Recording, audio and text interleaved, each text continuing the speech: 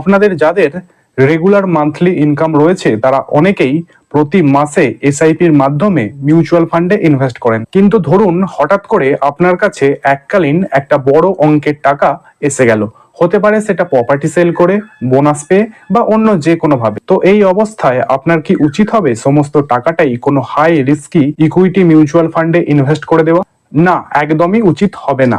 কেননা আপনি যেই সময় টাকাটি ইনভেস্ট করবেন সেই সময় মার্কেট যদি অল টাইম হাইয়ে থাকে এবং হঠাৎ করে যদি মার্কেটে ধস নামে, তাহলে আপনার বড় লস হওয়ার সম্ভাবনা রয়েছে। তাই আপনার উচিত হবে আপনার সমস্ত টাকাটাই প্রথমে কোনো সেফ লিকুইড ফান্ডে ইনভেস্ট করা। কেননা লিকুইড ফান্ডে ইনভেস্ট করলে আপনার টাকাটি হাইলি সিকিউরড থাকবে এবং ব্যাংক এফডির চেয়ে বেশি রিটার্নও পাবেন। এবং এরপর একটি নির্দিষ্ট পরিমাণ টাকা এই লিকুইড ফান্ড থেকে এসটিপি অর্থাৎ সিস্টেমেটিক ট্রান্সফার প্ল্যানের থ্রু কোনো ইকুইটি মিউচুয়াল ফান্ডে ইনভেস্ট করতে পারবেন।